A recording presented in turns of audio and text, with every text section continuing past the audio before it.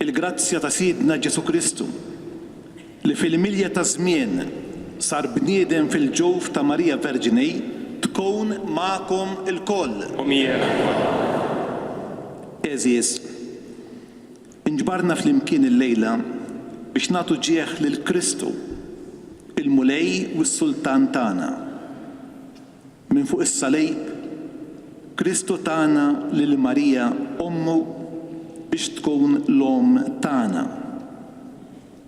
Matul is-sekli, il-popli insara imxew flimkien ma' Marija lejn il-mulej Ġesu permezz tal-fidej, it-tama u l-imħabba.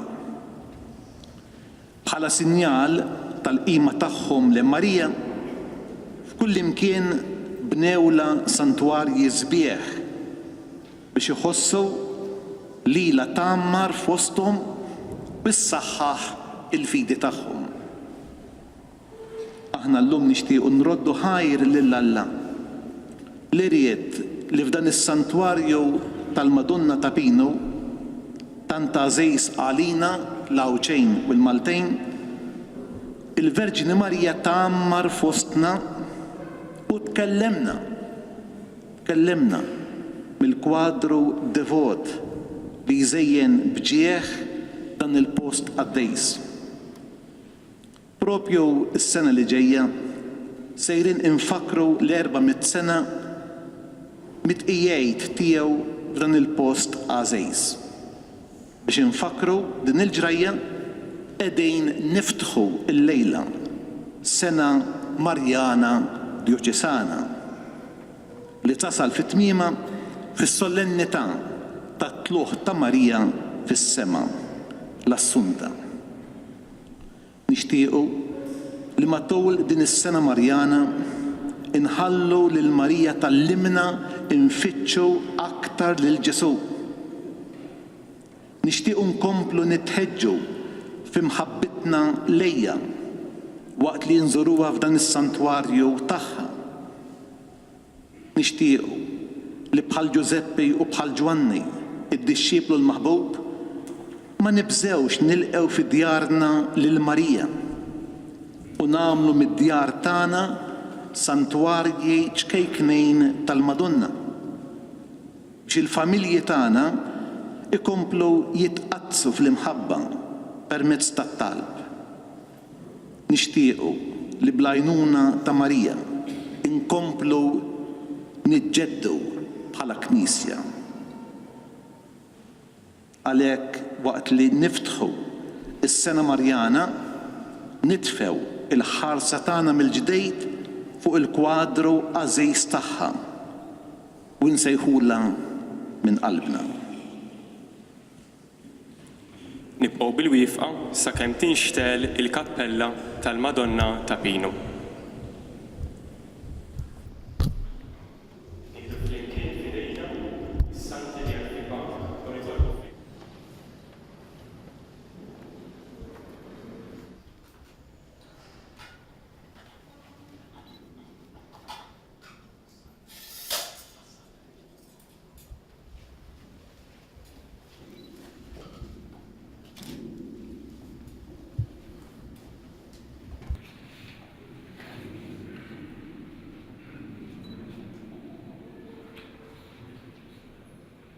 Madonna ta' Pino, o Madonna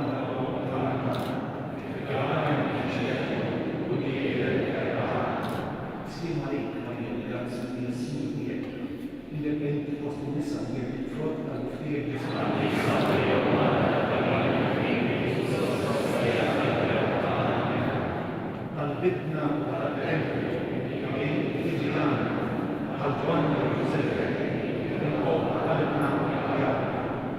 Stima li kmajja grazzi li s-sinjurniet, indipendenti fost il-nisa għal front tal-ħfir Ġesu.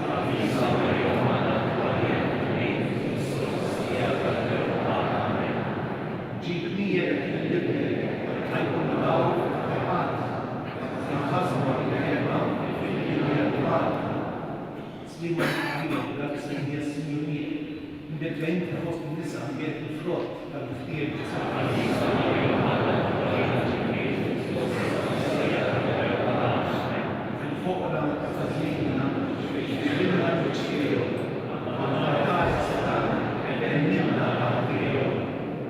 Slima lik Marija, grazzi hija s-Sinjur miegħek. Indipendenti fost in-nisa miegħek frott tal-ħfier.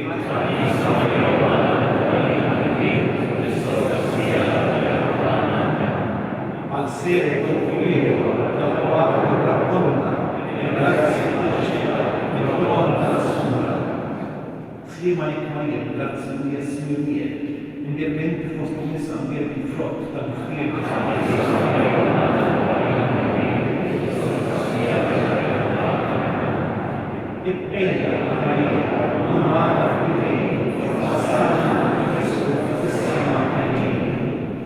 Slima lik Marija, grazzi hija s-Sinjur miegħek. Indipendenti fost in-nisa miegħek frott tal-ħfier.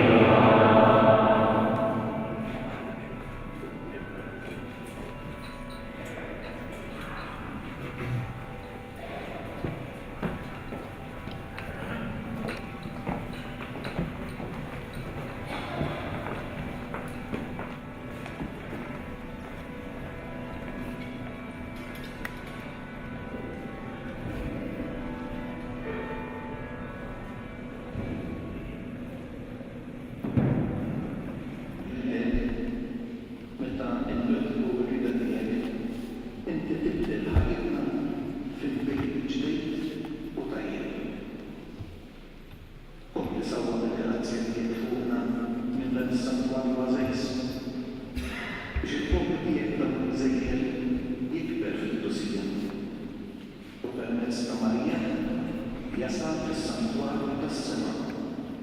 Inti tiġwissatna għad-dejjem ta' dejjem. U kuljum kienu jmorru fit-tempju flimkien, jaqsmu il-ħobż fi djarhom u jistieħbu fl-ikel bi qlub ferħana u safja. U kienu jfaħru lil Alla u l-poplu kollu kien iġibhom. U min jum mal ieħor il-mulej kien iżidilhom magħhom lil dawk li jkunu salvi. Il-kelma tal-mulej. Nroddu ħajr l-Alla. Meta niċċelebraw il-qudiesa jew xi ċelebrazzjoni tal-kelma, aħna nwieġbu għall-kelma tal-Alla permezz tas-salm. Illum minflok ir-ritornell bil-kliem nixtiequ nwieġbu bil-ġesti biex naraw kif il-kelma li smajna tista' tagħmel minna illum ukoll il-poplu għażiż ta' Alla.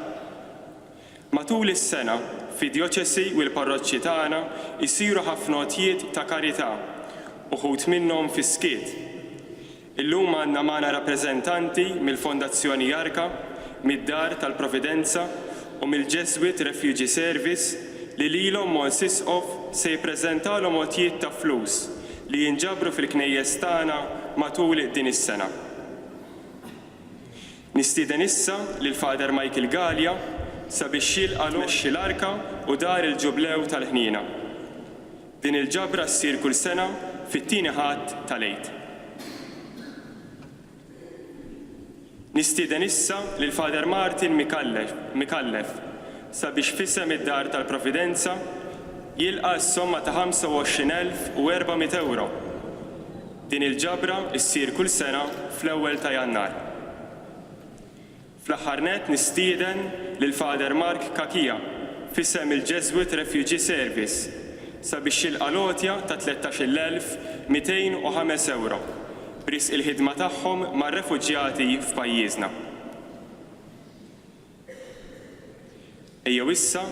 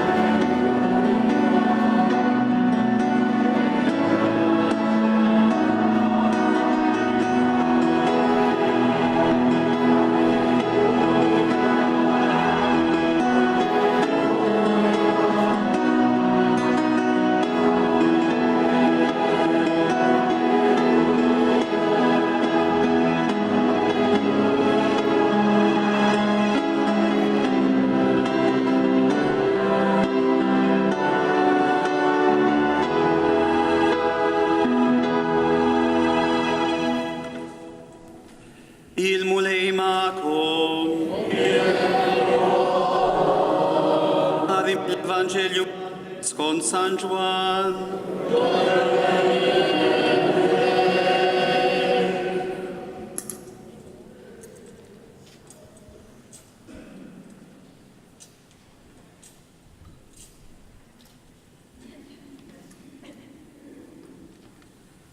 F'dak iż-żmien sar tieġ f'Kana tal-Galilija u Ġesu kienet hemm. Ġesu kien mistieden għat-tieġ u wkoll flimkien mad-dixxipli tiegħu. Billi ma kienx fadal iżjed inbit, Ġesu qaltlu ma għandhomx inbit. U Ġesu qalilha x'hemm bejni u bejnek mara, is-sija tiegħi għadha ma waslitx. Ġesu qalet lill-qaddejja għamlu kull ma jgħidilkom hu. Issa kien hemm siġġarar tal-ħaġar imqiegħda hemm għar-riħ tal-purifikazzjoni tal-lut. Kull waħda minnhom tasa' xi 100 jew 120 litru. Ġesu qal lill-qaddejja imlew il-ġarar bl-ilma u dawk imlewhom sax-xifer. Imbagħad qalilhom issa ħudu minnhom u newluh lil dak li qiegħed jieħu ħsieb il-mejda. U huma marru jagħtwulu. U da l-ilma mibdul f'inbit u billi ma kienx jaf nejn ġie, għalkemm il-qaddejja li ħadu mill-ilma kienu jafu, sejjaħ lill-arus u qallu kulħadd l-inbit it-tajjeb iservi l-ewwel, meta mbagħad ikun ħadhom iġibu dak li jkun inqas tajjeb. Imma int l-inbit it-tajjeb erfajtu sa issa. Dan li għamel Ġesu f'Kana tal-Galilija kien l-ewwel wieħed is-sinjali tiegħu. Bih wera l-glorja tiegħu u d-dixxipli tiegħu emnu fih. Il-kelma tal-mulej.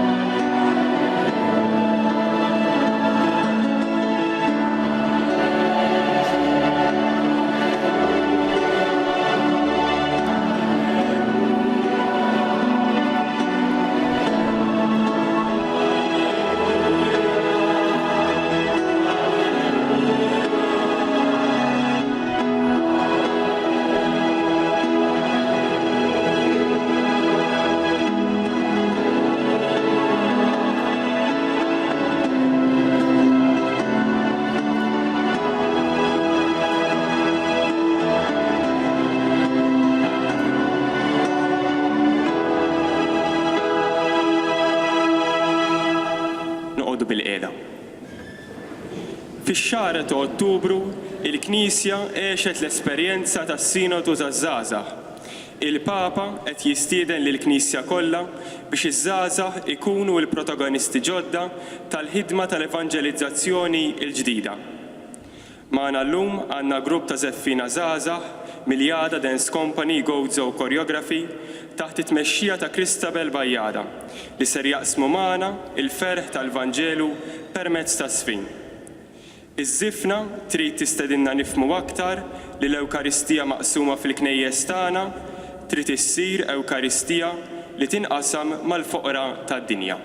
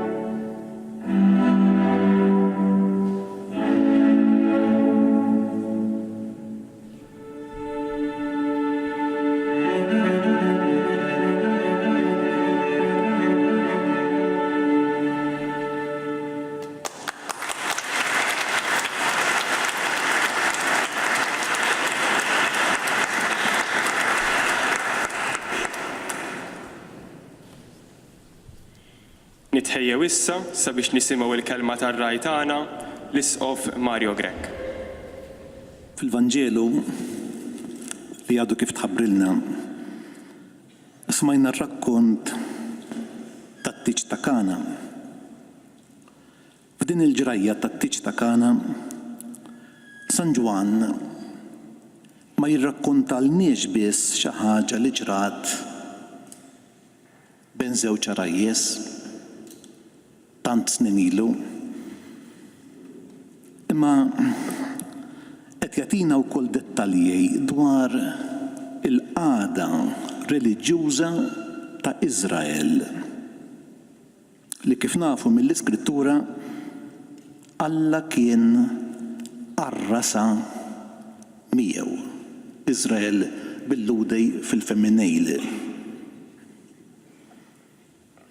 U għalhekk inħoss li nistgħu ngħidu li l-ġrajja ta' Kana fil-Galilea għandna wkoll analisi tagħna bħala Knisja f'Għawdex illum.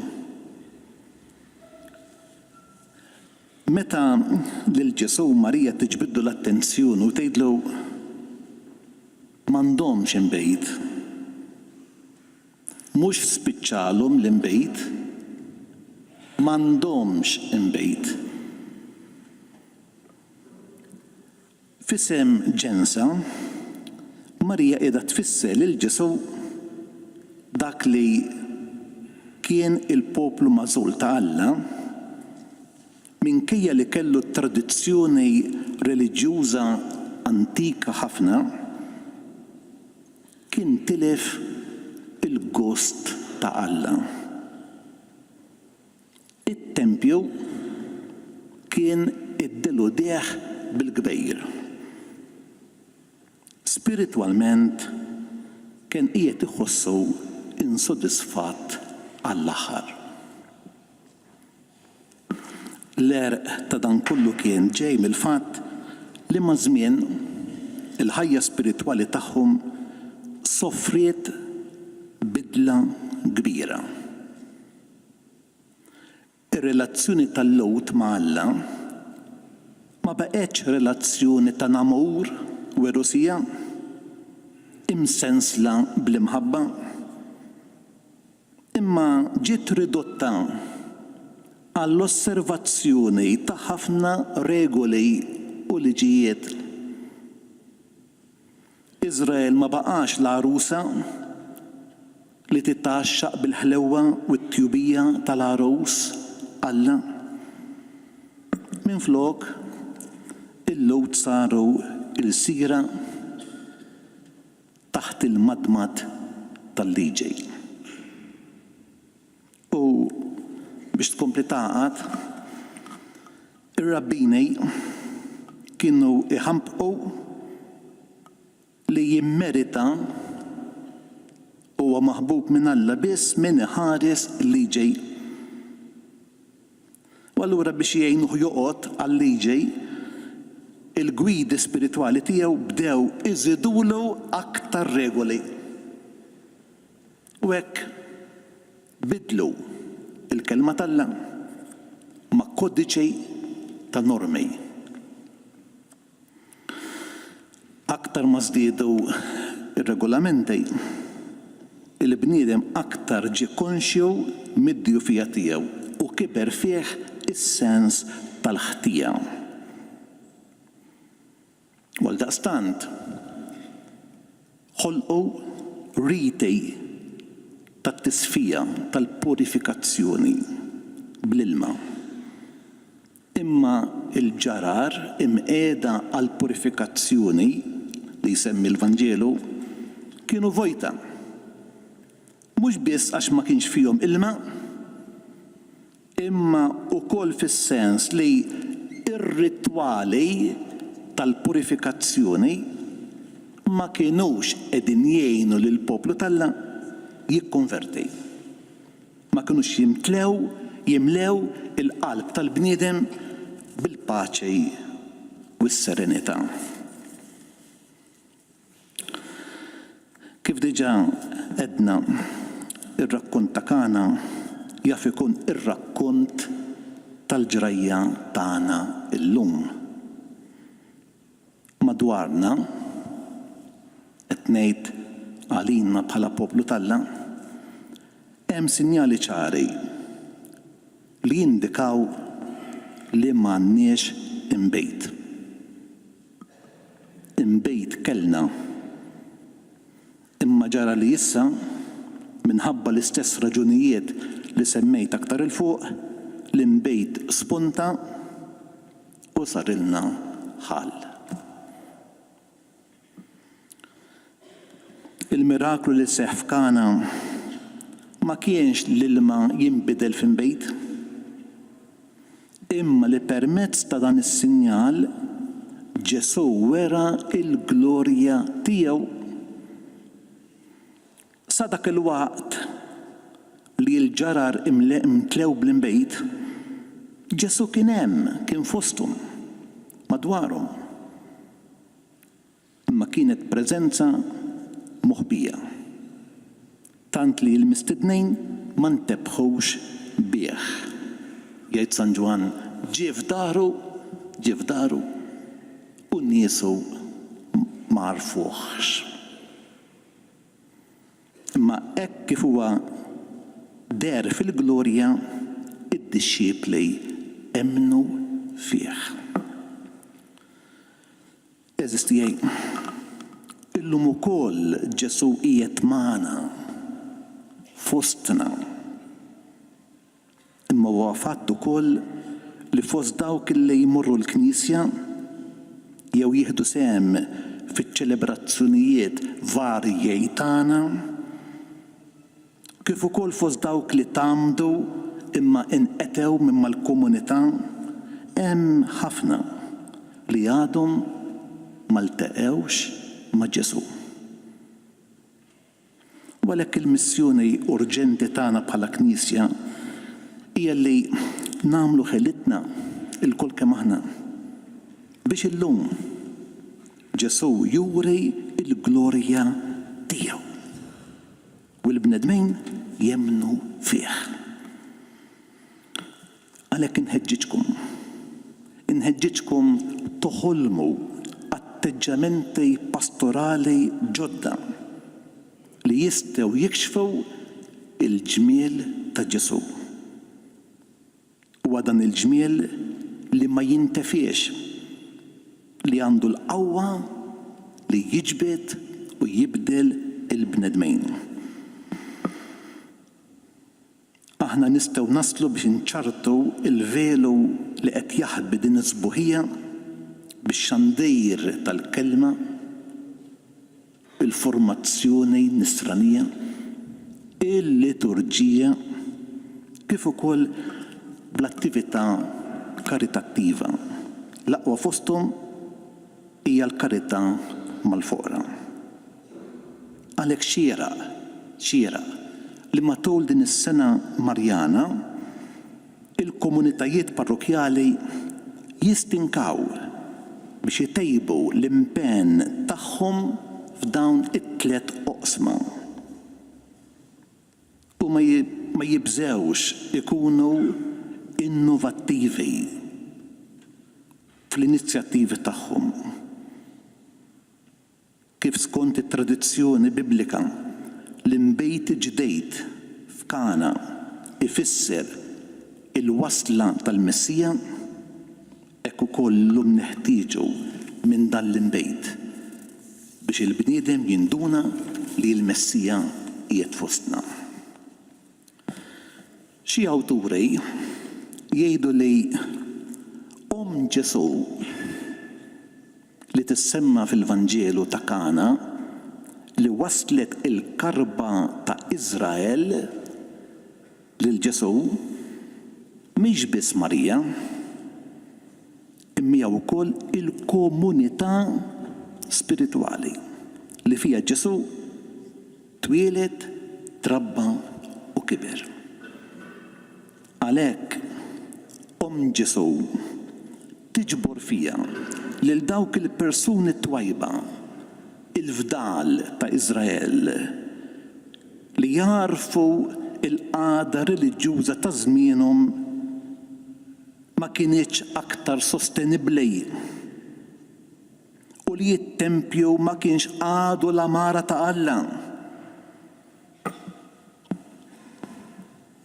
U jirrikorru għand xi ħadd. Għand min jirrikorru? Interessanti jew inkwetanti u għal-fatt li ma jmorrux għand dak li kien qed jieħu ħsieb il-mejda. Minnu dak li kien qed jieħu ħsieb il-mejda? Ma marrux għand il-mexxejja reliġjużi tagħhom għax dawn taw prova li ma kellhomx il-ħila jorganizzaw festa ta' fidej. Dawn l-imbejt it-tajjeb ħallewh merfuħ. Imma marru għand li mallim, marru għand Ġesu, għax kienu konvinti li hu biss jista' jipprovdi imbejt ġdejd. Eżis ħuti Presbiteri, hawnhekk għandna tweddiba ħelwa. Aħna l-koll jiena magħkom isqof Presbiteri. Irridu niftakru li għandna fejn nikbru spiritwalment u nkebsu fina il-ħeġġa pastorali tagħna. Nixtieq li din is-sena Marjana tkun sena ta' grazzja għalina Presbiteri qabel għall-poplu tal-Alla. U nixtieq li flimkien nistħarġu x'inhu mistenni minna f'din is-sija tal-istorja tal-Knisja fi gżiritna. Imma s-sem personali ta' Marija, Ġesu, f'Kana huwa għal kollox sem partikolari. Ġesu ma jsejħilix b'isima, jsejħilha mara. U jsejħilha mara biex jurina li Marija mhix biss dik li tagħtu l-ħajja bħala bniedem, imma hija wkoll dik li bħal Ġerusalemm tiġbor lill-ulieda li kienu xterdu, li nqatgħu minn mal-ġema, li weqgħu f'xi forma ta' skjavitu. Għalhekk f'Kana, Marija titkellem f'isem il-poplu ta' Alla. San Tomas d'Aquino għandu espressjoni sabiħa, jgħid Marija titkellem f'isem is-sinagoga. Fija Ġesu jilmaħ il-ġema ta' Iżrael li tirrikorri għandu f'mument ta' kriżi spiritwali, f'mument fejn l-imbejt it-twemmin falla kien tilef kull toma, anzi kien u baqa' biss il-qoxra. Għalhekk matul din is-sena li qegħdin niddedikaw lil Madonna, aħna li f'din l-epoka inħossuna għaddejjin mill-istess esperjenza tas-sinagoga ta' Kana, qegħdin nistiednu lil Marija, il-Knisja, biex tkun magħna u f'isimna titlob lil Ġesu jagħtina l-grazzja li l-ġarar tagħna, u meta ngħid il-ġarar nifhem anke l-komunitajiet parrokjali tagħna, jimtlew b'imbejt frisk u jfuh. U kif għamlet mal-qaddija f'Kana, Marija trid tagħmel magħna illum li bħala aħna jkollna il-fidej f'Ġesu. Ġesu wera l-glorja tiegħu għax Marija emnet fih. Ġesu wera l-glorja tiegħu għax il-qaddejja emnu fih. San Ġwan jgħidilna dini r-rebħa fuq id-dinja il-fidej tagħna. Il-fidej mhix kwistjoni kemm nafu, mhix kwistjoni ta' erf, imma kemm għandna qalb kbira. Lanqas m'għandna nħawdu l-fidi mal-kultura nisranija jew mar-reliġjużità popolari. Il-fidi titkejjel skont kemm għandna fiduċja u tama f'Alla. Il-fidej titkebbes bit-talb. U għalhekk nappella biex il-familji nsara, il-komunitajiet ekklesjali tagħna ifittxu jagħmlu aktar ħin biex f'atteġġament ta' talb jitħaddnu ma' Ġesu. Il-bieraħ kienna laqgħa maż-żgħażagħ fil-għaxija. U kien hemm żagħżugħ miż-żewġ madu żejn. U għallinna esperjenza għallinna jiena nkun Malta u nsibu sfidi mhux żgħar. U għalhekk kieku ommi ma tatnejx tarka sħiħa kieku feqewni. U dak li qal dak dar-raġel jiena konvint li hawn ħafna miż-żgħażagħ tagħna rikonoxxenti għall formazzjoni li jieħdu mill-familji tagħna. Nitolbu lil Madonna ta' Pino tenna nħarsu l-ħafna tajjeb li għandna, partikolarment nerġa' ngħid fil-familji tagħna. U bija ma' ġembna ma nibżewx nagħmlu dak li jgħidilna Ġesu, is-Sultan tagħna. Amen. Fra ostensorju lil dan is-santwarju sabiex jintuża għal qima liturġika matul is-sena Marjana. Ejjew issa f'dan il-mument nitħejjew biex nilqgħu fostna lil Ġesu preżenti fl-Ewkaristija. Nieħdu f'idejna l-karti tal-kant, innumu bil-wieqfa u nkantaw flimkien innu numru 4. Ġejt jien nadurak mulej.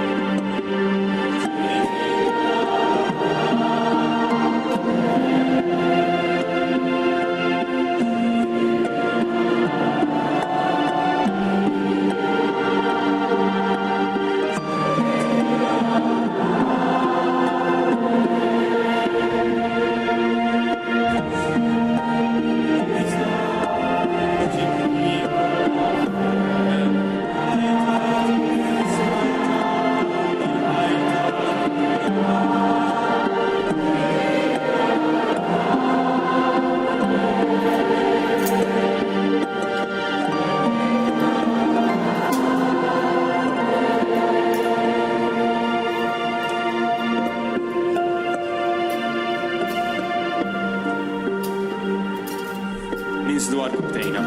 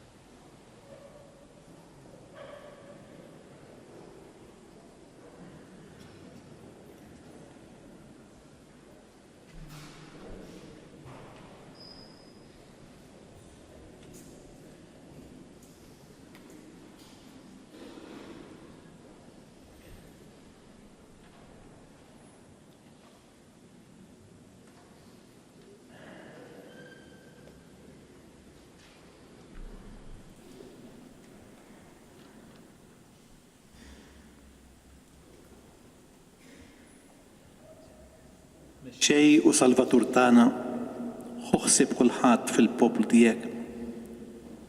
Salva l-qawwija u d-dgħajfa, l-imxerda u l-mitlufa, l-imbeda u l-mintilef it-tama nitolbu.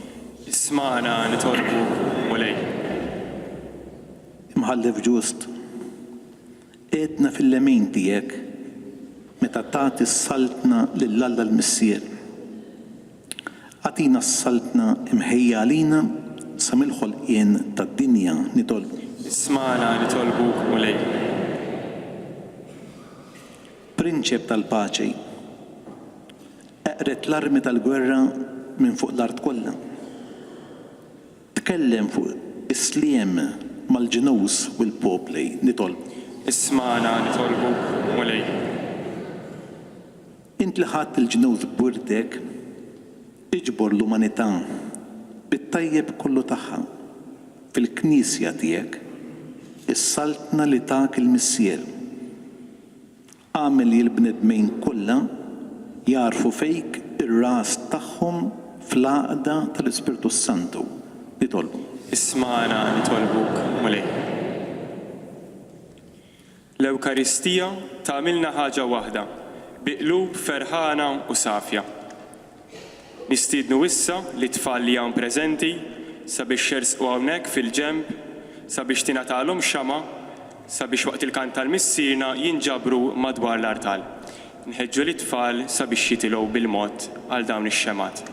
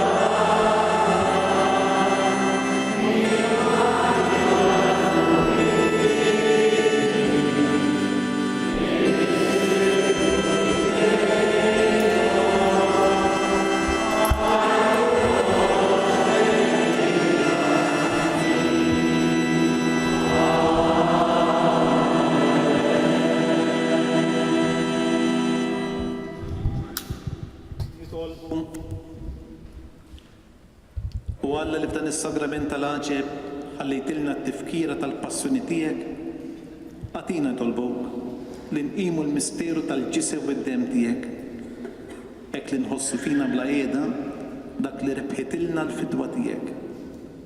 Int li tgħix bis-saltana għal dejjem ta' dejjem.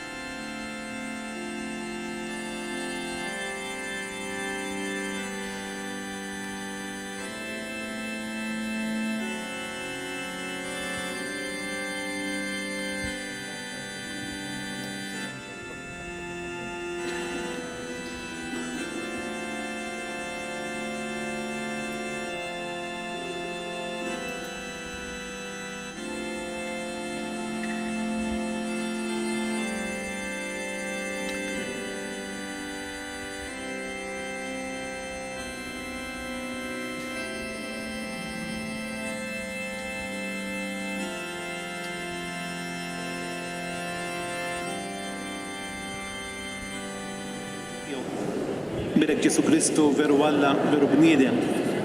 Birek l-isem ta' Ġesu. Birek l-qalb imqazz tiegħu. Birek id-dema għażiż tiegħu. Birek Ġesu, is-Santismu Sagrament tal. Birek l-Ispirtu Paraklitu. Birka kbira Alla Marija Santissima. Birek l-imqazz Immakolata Konċezzjoni tagħha. Birek it-tluq gloris tagħha fis-sema. Birek l-isem ta' Marija Verġin Uom. Birek San Giuseppe Arus kastismu tagħha. Birek Alla fl-Anġeli għad-disejn kollha tiegħu.